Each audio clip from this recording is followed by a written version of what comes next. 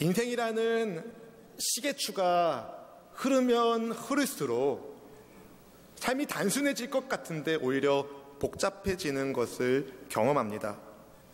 여기저기서 예상하지 못한 일들이 터지고 어떤 일을 수습하고 나면 또 다른 뭔가가 또 터지고 있는 문제가 계속 중첩되는 것 같은 이 복잡한 세상살이에서 어디 한 곳에 마음 둘 곳 없이 너무 바쁘게 그렇게 분주하게 살고 계시지는 않나요? 이 세상에 문제 없는 사람이 어디 있겠습니까? 돈이 많은 재벌이라도 문제가 많고 인기 많은 유명인이라도 문제가 많습니다. 결코 문제 없는 인생은 없다는 것을 알지만, 그렇지만 때때로 TV, 드라마, 영화 같은 데서 보이는 1%의 상류 사회를 부러워하면서 동경하면서 대리만족하면서 마음을 달래며 살고 계시지는 않습니까? 웃긴 연애 프로, 예능 프로 이런 거 보면서 깔깔깔깔깔 거리며 웃지만 막상 TV 버튼을 끄고 나면 몰려오는 텅 빈 마음에 괜한 눈물을 흘리신 적은 없으신가요? 아니, 그럴 여유조차 없이 매일의 일상에 치여서 사는 사람들이 대부분일 것입니다.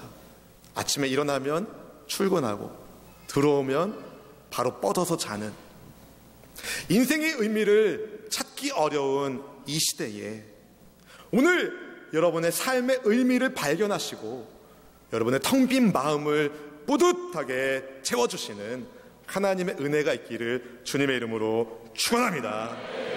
우리 중에는 배우자의 간곡한 부탁 때문에 억지로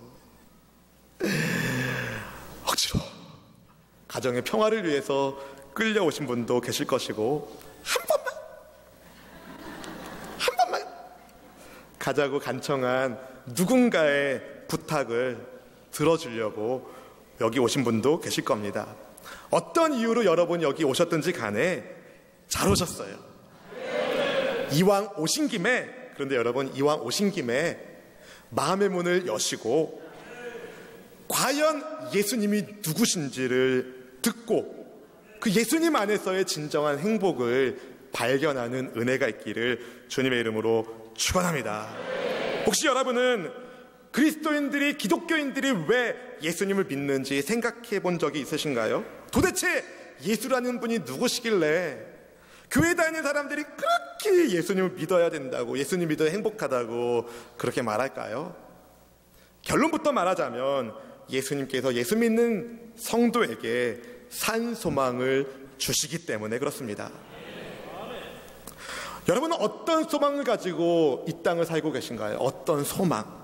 보통 우리는 소망하면 어떤 바람을 생각합니다. 예를 들면 이제 우리 아이가 이번에 대학에 진학해야 되는데 좋은 대학에 들어가기를 소망해.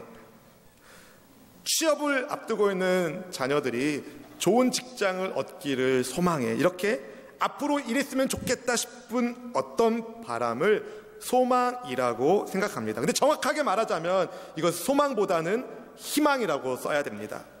희망과 소망이 별로 상관없이 같이 쓸 것 같지만 사실은 조금 다릅니다. 소망사항이라고 말 안 하잖아요. 다 희망사항이라고 말하죠. 희망은 내가 바라는 뭔가입니다. 약간 막연한 꿈 같은 것을 말합니다. 하지만 소망은 막연하지 않아요. 소망은 구체적인 근거가 있습니다. 믿음을 가지고 기다리며 기대하는 것을 소망이라고 말합니다. 저를 비롯한 예수님을 믿는 성도들은 우리가 사는 이 세상을 하나님께서 만드셨다라고 믿습니다. 사람을 포함해서. 우리는 결코 우연히 만들어진 존재가 아니라는 거예요. 여기 마이크가 있는데요, 이 마이크를 디자인하고 만든 사람이 있습니다. 여러분 집에 고철들 모아놓고 땅에 파묻은 다음에 10만 년쯤 지나면 이게 마이크가 될 거야. 그러면 병원 가야 돼요. 누군가 목적을 가지고 디자인하고 기술을 집약해서 만든 마이크, 목적이 있습니다. 말하는 사람의 소리를 키워주는 목적을 가지고 만들어진 거죠. 사람은 이 마이크보다 훨씬 복잡합니다. 어떤 목적을 가지고 만들어졌습니다. 성경은 하나님의 형상대로 사람이 만들어졌다라고 말합니다. 다시 말해 하나님께 영광 돌리는 목적을 가지고 지어졌다는 거예요. 근데 문제는 우리의 죄가, 인간의 죄가 하나님의 형상을 훼손한 것입니다. 그래서 로마서 3장 23절 말씀은 이렇게 말합니다. 한번 자막을 보시고 읽어볼까요? 모든 사람이 죄를 범하였음에 하나님의 영광에 이르지 못하더니. 죄로 인하여 하나님의 형상이 훼손되니까 하나님의 영광에 이르지 못하는 거예요. 하나님의 형상이 훼손되었다. 죄로 인하여 하나님의 형상이 훼손된 인간은 죄의 저주를 벗어낼 수가 없게 되었습니다. 그래서 육신의 죽음 이후에 모든 사람은 하나님의 심판을 받게 됩니다. 그런데 심판 가운데 있을 죄인들을 하나님이 사랑하셔서 그들을 구원하기 위한 놀라운 계획을 세우셨는데 그건 바로 아들 예수님을 보내주시는 것이었어요. 죄 없는 예수님을 보내주셔서 죄로 인해 죽어야 할 나 대신에 죗값을 지불하게 하신 겁니다. 예수님은 그래서 십자가 위에서 죄인들을 위하여 죽으셨습니다. 그렇게 죽으신 예수님께서 그런데 3일 만에 다시 살아나십니다. 이것을 고린도전서 15장 3절, 4절, 5절 말씀이 이렇게 말합니다. 같이 한번 읽어볼까요?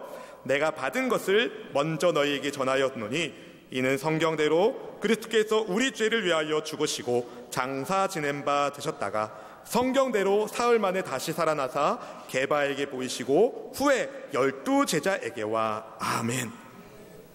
죽으신 예수님이 다시 살아나셨다. 사실 굉장히 믿기 어렵습니다. 죽으신 예수님이 다시 살아나셨다. 그래서 세상 사람들은 이것을 예수님의 부활을 어떤 신화처럼 생각합니다. 어떤 의미는 가지고 있지만 진짜는 아닌 신화처럼 생각합니다. 그런데 예수님의 부활은 누군가 만든 이야기가 아니라, 신화가 아니라 그것은 실제였습니다. 예수님의 부활을 목격한 증인이 있었습니다. 그 중에 한 사람이 게바입니다. 성경대로 사흘 만에 다시 살아나사 게바에게 보이시고, 이 게바가 껌바가 아닙니다. 이 게바가 바로 오늘 본문 베드로전서 말씀을 기록한 베드로를 의미합니다. 베드로는 갈릴리 어부 출신이에요. 갈릴리 어부 출신. 그는 갈릴리 어부 출신으로 예수님의 제자가 된 사람이었습니다. 여러분이 갈릴리에서 살고 있는 사람이라 한번 상상해 보세요. 베드로 시대에 베드로 이웃집에 여러분이 사셨어요. 가끔 그에게서 생선을 사서 저녁 반찬으로 해먹는, 그렇게 관계가 있는 분이셨다면 여러분은 한 번도 베드로가 예수님의 제자로 초대교회 리더로 쓰임 받을 것을 상상하지 못했을 겁니다. 왜냐하면 베드로는 누가 봐도 성격이 좀 그랬어요. 다혈질에 성격 급한, 물론 순수하지만 성격이 급한 사람이었어요. 성격이 급하면 실수가 잦죠. 실제로 베드로는 실수가 많았습니다. 결정적인 실수는 그는 예수님을 모른다고 말한 것이었어요. 예수님께서 십자가 죽음을 앞에 두고 계실 때 그는 예수님을 모른다 부인했습니다. 자기가 예수님의 제자인 것이 드러날까 봐 갈릴리 사투리를 쓰는데 저는 갈릴리 사람이 아니에요 했다는 겁니다. 그리고 예수님을 모른다고 예수님을 저주까지 했습니다. 장모님의 열병, 베드로의 장모님의 열병을 예수님이 고쳐주셨어요. 밤새 그물질을 써도 한 마리의 물고기도 못 잡았을 때에 예수님은 그에게 만선의 기쁨, 그물이 찢어질 만큼 많은 물고기를 거두는 기쁨도 주셨습니다. 자기를 제자로 부르시고 함께 하시며 많은 것을 보여주셨고 가르쳐 주신 예수님. 변화산에서 예수님께서 신성한 모습으로 변하셔서 모세와 엘리야와 대화를 나누시는 것을 목격한 사람 베드로. 어떤 다락방에서 예수님께서 다정한 모습으로 그의 발을 씻겨주시기까지 하셨습니다. 이런 예수님의 사랑을 베드로가 받았지만 베드로는 말했습니다. 나는 예수를 모르오. 나는 그의 제자가 아니오. 예수님을 저주하며 부인했습니다. 이런 베드로를 그런데 부활하신 예수님이 찾아오신 거예요. 너 이 자식 잘 걸렸다. 나 모른 척했지? 예수님 그렇게 하신 게 아니에요. 베드로를 찾아오시고 면목 없는 그에게 주님이 다시 사랑을 베풀어 주시죠. 예수님 사랑 안에서 베드로는 회복됩니다. 요한의 아들 시몬이라고 베드로의 이름을 부르시며 예수님의 양들을 그에게 부탁하셨죠. 이후에 베드로는 변했어요. 베드로가 변했어요. 나사렛 예수님의 삶과 고난, 십자가 죽음과 부활을 가까이에서 목격한 증인으로서 예수님의 제자로서 주님께서 부탁하신 말씀대로 세상에 나가서 예수님을 전했습니다. 예수님 믿는 사람에게 주시는 산소망을 붙잡고 증인이 되었다는 겁니다. 때로는 예수님을 전하는 것 때문에 욕을 먹기도 하고 매를 맞기도 하고 옥에 갇히기도 했습니다. 교회 전승에 따르면 베드로의 마지막은 감히 예수님처럼 십자가에 매달려 죽을 수 없어서 거꾸로 십자가 매달려 순교됐다라고 전해지고 있어요. 욕을 먹긴 했지만 심지어 죽기까지 해서도 베드로는 예수님 전하는 것을 멈추지 않았습니다. 왜요? 예수님 안에 생명이 있음을 베드로가 확신했기 때문에. 저는 목사의 아들로 태어나 자랐기 때문에 자연스럽게 기독교 문화가 익숙한 어린 시절을 보냈습니다. 매 주일마다 예배당에 와서 예배하고 노는 게 당연했어요. 예배 드리는 것 반, 노는 것 반. 그러다가 중학생이 되어서 하나님이 정말 살아계신 분인지 궁금해지기 시작했을 무렵에 중학교 1학년 여름 수련회 거기서 시편 8편의 가사로 만들어진 노랫소리를 통성으로 같이 기도하는 시간에 누군가 부르는 것을 듣게 됐어요. 사람이 무엇이건대 주께서 저를 생각하시며, 사람이 무엇이건대 주께서 저를 생각하시며. 이 노래를 딱 듣는데 그때 저는 깨닫게 됐어요. 아, 하나님은 그냥 위에 계신 분, 나는 그냥 밑에 있는 사람이 아니라 하나님이 나를 생각하시는구나. 시편 8편의 말씀을 제가 읽고 예수님의 살아계심과 그분의 사랑에 제 마음이 확 열렸어요. 그때 이후로 저는 신앙생활에 재미가 있었어요. 그래서 예배당에 와서 하나님 예배하는 게 너무 즐거웠고, 믿음의 친구들과 같이 교제하고 전도하고 찬양하고 밴드팀 만들어가지고 같이 찬양하고, 그게 너무 즐겁고 행복했어요. 하나님께서는 저에게 필요할 때마다 만남의 축복을 주시면서 저에게 인생의 여정 가운데 하나님이 함께하고 있다는 것을 가르쳐 주시고 경험하게 해주셨습니다. 20살 20대 시절에 저는 인격적인 예수님과의 만남을, 그 사귐을 실제로 보여주는 믿음의 선배님들을 많이 만날 수 있었어요. 그 중에 한 분은 굉장히 엮이는 가정에서 자라신 분이셨습니다. 엮이는 가정, 가정의 기능을 제대로 하지 못하는 엮이는 가정. 우리 교회에서 11월 7일부터 두란노 어머니 학교를 매주 화요일마다 5주 동안 하거든요. 여러분, 그 5주가 여러분의 가정을 변화시킬 수 있는 놀라운 출발점이 될 수 있습니다. 여러분, 아멘만 하지 마시고 어머니들 오늘 등록하셔요. 오늘 등록하셔야 내일 우리 스태프들이 조를 나누고 여러분을 위해서 중보하면서 어머니 학교를 진행할 수 있습니다. 어머니가 살아야 가정이 삽니다. 평강공주 같은 어머니 되기를 바랍니다. 사랑하는 성도 여러분, 제가 존경하는 형님인데 얼마나 엮이는 가정에서 사셨냐면 파란만장한 인생을 살았어요. 그 형님의 아버지는 가족들과 다투다가 목숨을 끊으셨어요.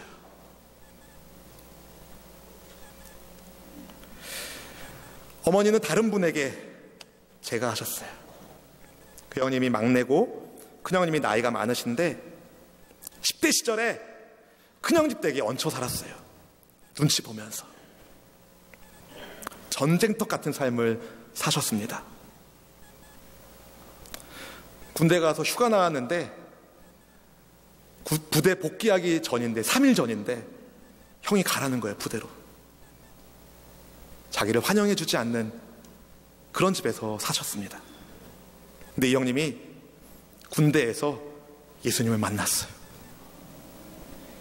예수님을 믿게 된 이후로 용서받은 하나님의 아들이라는 자각을 갖게 되었어요.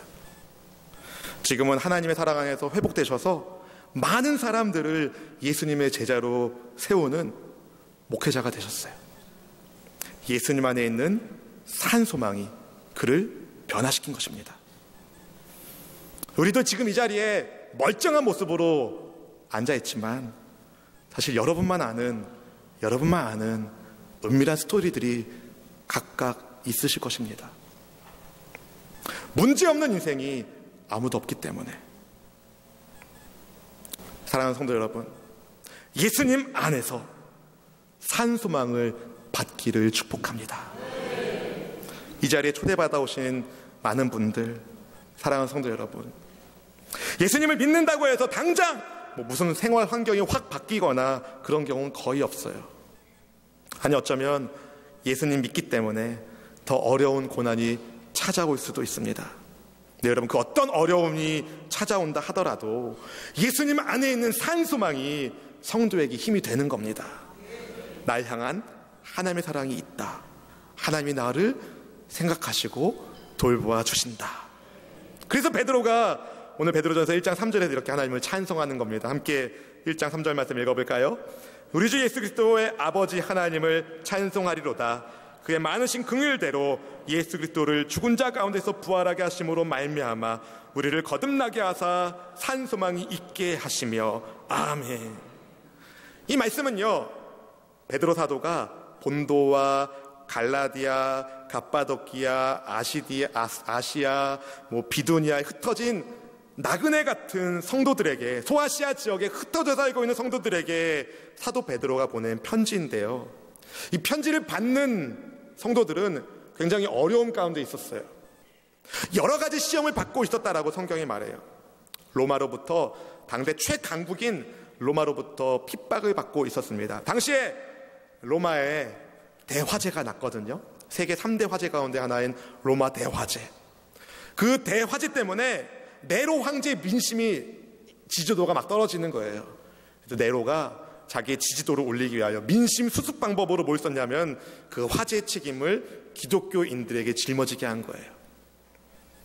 기독교인들을 참혹하게 살해했습니다. 짐승의 탈을 쓰게 하고 콜로세움에 집어던져서 굶주린 사자에게 잡아먹히게 하고, 그런 고난을 성도들이 받고 있었어요.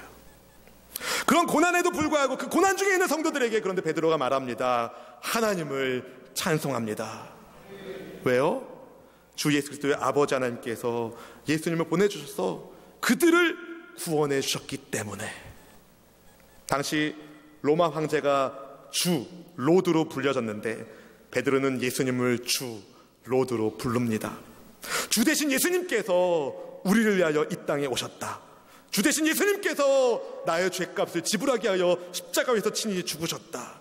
그 예수님을 보내신 아버지 하나님께서 죽은 자 가운데서 예수님을 다시 살아나게 하셨다. 그래서 우리에게 산 소망, 천국의 소망 주셨다. 여러분의 이해를 돕기 위해서 베드로전서 1장 3절을 세 번역으로도 준비해봤어요. 같이 한번 자막을 보시고 읽어볼까요? 우리 주 예수 그리스도의 하나님 아버지께 찬양을 드립시다.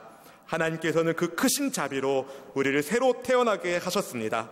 그리하여 그는 죽은 사람들 가운데서 예수 그리스도가 부활하심으로 말미암아 우리로 하여금 산 소망을 갖게 해 주셨으며 아멘.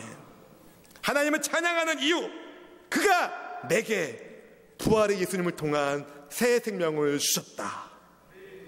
여러분, 내가 잘나서 나의 어떠함 때문이 아니라 자격 없는 나를 하나님이 크신 긍휼로, 자비로 사랑하셨다는 겁니다. 우리 중에 아무도 자격이 없어요. 하나님 사랑받을 자격이 없어요. 그런 우리를 심판받아 마땅한 그 죄인들에게 하나님께서 자비와 은혜로 생명을 주셨습니다. 이것을 에베소서 2장 4절 5절 말씀이 이렇게 말해요. 같이 읽어볼까요? 긍휼이 풍성하신 하나님이 우리를 사랑하신 그 큰 사랑을 인하여 허물로 죽은 우리를 그리스도와 함께 살리셨고 너희는 은혜로 구원을 받은 것이라. 아멘. 이 에베소 말씀을 보낸 사도 바울은 예수님 믿는 사람을 핍박하던 박해자였지만 부활하신 예수님 만난 다음에 긍휼의 하나님의 자기를 심판하시지 않고 버리지 않고 사랑으로 찾아오셨음을 깨닫고 허물로 죽은 나를 주님이 살리셨구나라는 신앙의 고백을 하게 되었습니다. 사랑하는 성도 여러분, 긍휼이 풍성하신 하나님께서 저와 여러분을 사랑하셔서 생명을 주셨습니다. 혹시 우리 가운데 아직 이 생명을 받지 못한 분이 계시다면 오늘 이 생명을 받기를 주님의 이름으로 축원합니다. 베드로 사도는 흩어져 고난받고 있는 현실을 살고 있는 그리스도인들에게 말합니다. 너희에게 산 소망이 있다. 어떤 소망이요? 산 소망. 산 소망이 있다는 것은 죽은 소망도 있다는 것을 암시합니다. 죽은 소망은 썩고 더럽고 없어집니다. 쇠해집니다. 영원하지 않습니다. 그러나 성도의 소망은 산 소망이기에 결코 썩지 않고 쇠하지 않고 더럽히지 않을 것입니다. 왜요? 하나님이 소망의 근원이시니까. 하나님께서 성도들을 위하여 하늘에 간직하신 산 소망이기 때문에 그렇습니다. 오늘 본문의 4절 말씀을 함께 읽어봅니다. 4절입니다. 썩지 않고 더럽지 않고 쇠하지 아니하는 유업을 잊게 하시나니 곧 너희를 위하여 하늘에 간직하신 것이라. 아멘. 여러분, 세상의 소망, 땅의 소망은 시간이 지나면 썩고 더럽고 쇠하게 됩니다. 우리의 육신이 아무리 강건해도 때가 되면 쇠해지고 죽어 썩어 없어지게 되어 있습니다. 그러나 예수님 안에서의 영생을 가진 성도는 부활의 몸으로 다시 태어납니다. 예수님 믿는 사람의 소망은 다릅니다. 썩지 않습니다. 영원하던 것을 의미합니다. 더럽지 않습니다. 예수님께서 깨끗하게 씻겨주셨기 때문에 더럽지 않습니다. 그리고 쇠하지 않습니다. 시간이 지나도 약해지지 않습니다. 오히려 시간이 지날수록 더욱 강건해집니다. 사랑하는 성도 여러분, 하늘에 있는 소망 썩지 않고 영원합니다. 더럽히지 않습니다. 이것이 산 소망, 진짜 소망, 참 소망입니다. 이 소망이 누구 안에 있는가? 예수님 안에, 그리고 예수님 믿는 성도 안에.